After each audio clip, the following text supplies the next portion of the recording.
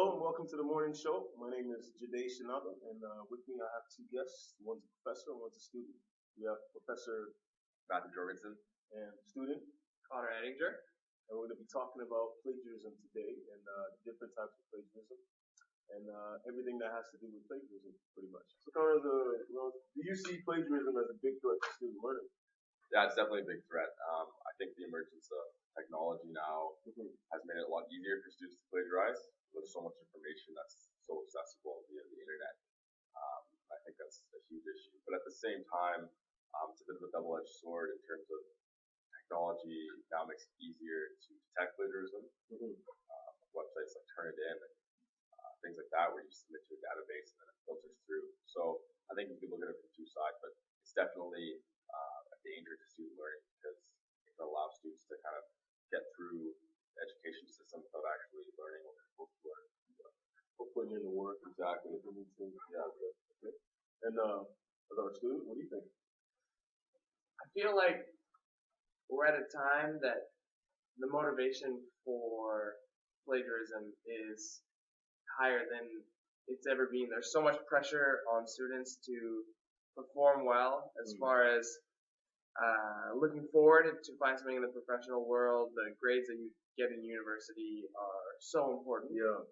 And I mean, there's pressure coming from there, pressure coming from family.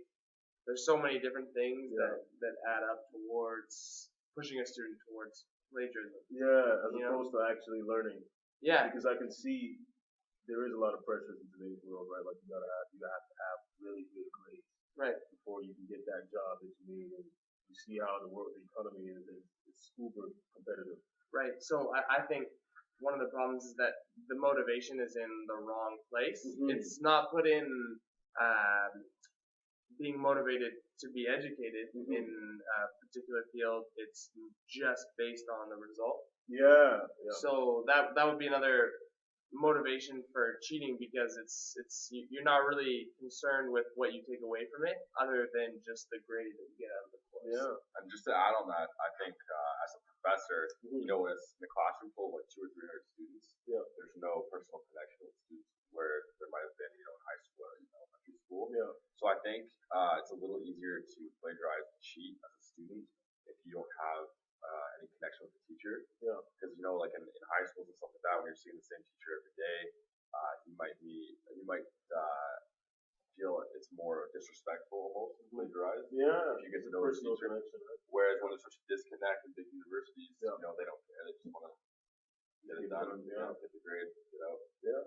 And to touch on what you said as well, I think when you're talking about the whole results orientation of how everything goes, I think there is like a direct correlation with how we have businesses, right? Like I think a lot of it is the way the world is driven today is result oriented. Yeah. Right? Nobody gets a win for trying. I think you get a win for the results that you get.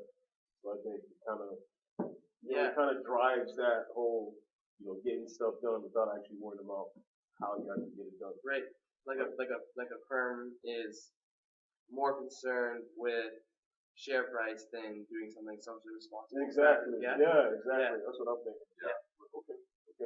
So do you think technology can also help crack down on plagiarizing? Yeah, what do you think? it can for sure. Using different when like students submit a lot of things online now. Yeah. It's easy to run what they submit through different databases to check for plagiarism.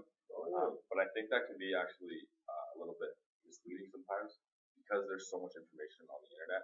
I think accidental plagiarism is probably pretty common. Yeah. There's so many documents that are not necessarily published, written by maybe other students and stuff like that online, and topics especially that are very commonly talked about. I think it can be kind of too bad that a student can come up with what they think is an original idea, and it turns out that it's already been said before, and it can be completely accidental. Yeah. I mean, because there's so many people, and now I think our schooling system is very, for the most part, there's a lot of rigidity. Like we always do the same thing. Yeah. Different generations come through and go to the same channel. So at some point there could be some kind of accidental plagiarism going on. But I mean, the problem with Turnitin is that can happen both ways. So where you weren't intending to plagiarize, and then the system that turned it in tells you that you have plagiarized. But also, that's only one form of plagiarism where you're pulling something off the internet and those ideas. If I pay for someone to write my paper, or even if I have someone else do my work, work for me, there's no way that Turnitin can detect that. That's true. You know? Yeah. That's I think that's going back to like the moral issues, because there's no way almost that anyone would be able to detect that, right? Yeah. Because it is a unique piece of writing. It's not done by you. Yeah. But I think that's like the moral issues. You actually want to learn it. Oh yeah. You want to take credit for something you didn't actually. Right? So in the big picture, do you think technology will be able to crack it down, or probably not? Probably not. It's probably more of a catalyst for that. Yeah. For promoting it. Yeah. Rather than, I think it won't. I think detecting it won't be able to catch up with students using it. Yeah. Okay. So I had a study at the University of Manchester. Apparently, 45% of students said they were prepared to pay more for their essays being done, and they were going to pay upwards of $500. And for a first class essay, for a really good essay, and while they said they would actually pay $400 as well, just for an essay that wasn't even that good. So these are students who are willing to pay money to get this stuff done. What are your thoughts on that? I mean, obviously every student's going to have a different price tag on their assignments, whether essays, whatever it is. I mean, one, you have to be able to afford it. $400 is what it was. That's pretty expensive.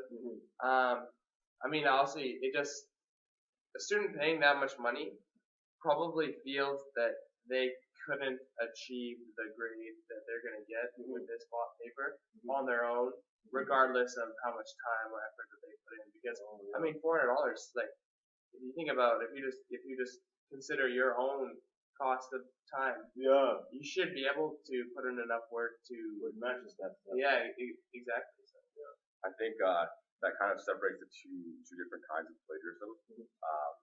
Plagiarism due to just kind of being like, I don't think I can do this, so now I need to pay money for it.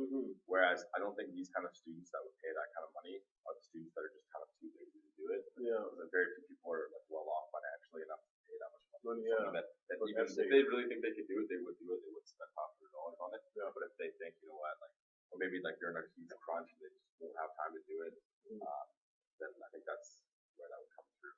With the added stress that we talked about earlier with how everything's results driven, I can definitely see why people want to do that. They really need that A. So Kent State, they just started a new program. It's called Plagiarism School. And when they find a student has done something along those lines, they try to figure out whether it's academic dishonesty or poor preparation.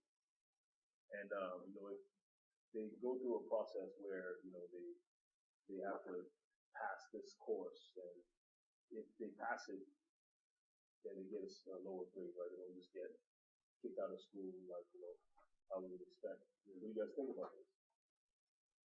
I mean, I think it's a good idea if you can have a really good idea of why the student would plagiarize. Because, I mean, it does come off a little bit like just a second chance for anyone who's caught cheating. It seems like maybe, well, I can plagiarize this, I might get caught, but if I get caught, I'm not going to actually see the real consequences that come with it. It's just like, oh, I'll have this chance to try again, maybe even resubmit my assignment. I think that was but at the same time, like, I do think it is a good idea, because if you can really see that the student is plagiarizing not because it's poor time management or laziness and they're just trying to boost their grade, it's actually from other factors which do cause people to plagiarize. Pressures like from outside, again, family or then if you can find that out and find a way that will change the student's way of thinking and have them realize that the consequences of plagiarism are significant enough where they shouldn't be doing it, and what the actual issues are behind it, then it could be really productive. Okay. I think you made some good points, but at the end of the day, when you're at a university level, you've been in the education system since you're 5 years old, and now you're, 18 or 19 or, older. I think by now, once you get to that level, you should have learned already what plagiarism is and how to avoid it. I think it's not, although it makes sense in the situations you mentioned with, they're not doing it in a malicious way, it's more desperation or, clash of like social or family issues. It doesn't really matter. I think it's something that you should have learned earlier, and this program just kind of lets students get off like a pass. I don't think that's the best idea for it. I mean, I see what you're saying by we're all mature at this time, but it's not necessarily like, yes, you've been through high school where you weren't allowed to look over someone's shoulder and cheat on their test, but at this point a student maybe is living by themselves for the first time. Mm-hmm. They're actually working towards grades that are going to decide what they do in a professional world. Mm-hmm. It's not the same. They've never been under those circumstances. That's true. There's only one time. Yeah, right. So it's not like you've had this experience up until the graduation of high school where you're in the same experience. It changes when you get to university. That's true. So, I mean, what you're saying is the minute they get caught doing something like that, despite the reasons or the motive behind it, they should be done. Kicked out of school right away. Or at least to get a 0 on the paper. Maybe not. Kicked out of school? Maybe not kicked out of school right away, but 0 on the paper. Another thing that's actually, I guess, is important is whether or not it's like a one strike rule where they only get this plagiarism from school once. Because if they get it more than once, then that's not okay. People will abuse it. Likely. But if it's like a one shot thing where it's okay, I screwed up really bad. If you go to this plagiarism school, and then that's like the last time, and they make it clear that okay, like if you do this again, you're not going to get to the plagiarism school. You're going to get a 0. You're going to get expelled. Yeah. Then I think that would be more effective than if it's an ongoing. Yeah. Honestly, I don't. From the reports that I have, I don't necessarily know if the plagiarism school is a more than one time thing.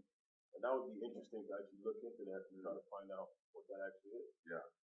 I think it would be interesting to make a comparison with the current legal system. I'm not positive, but looking at whether or not motive has any contribution to the overall verdict of whoever commits whatever crime it is, I'm not sure whether or not motive actually plays a role there, but it'd be interesting to make a comparison. Yeah.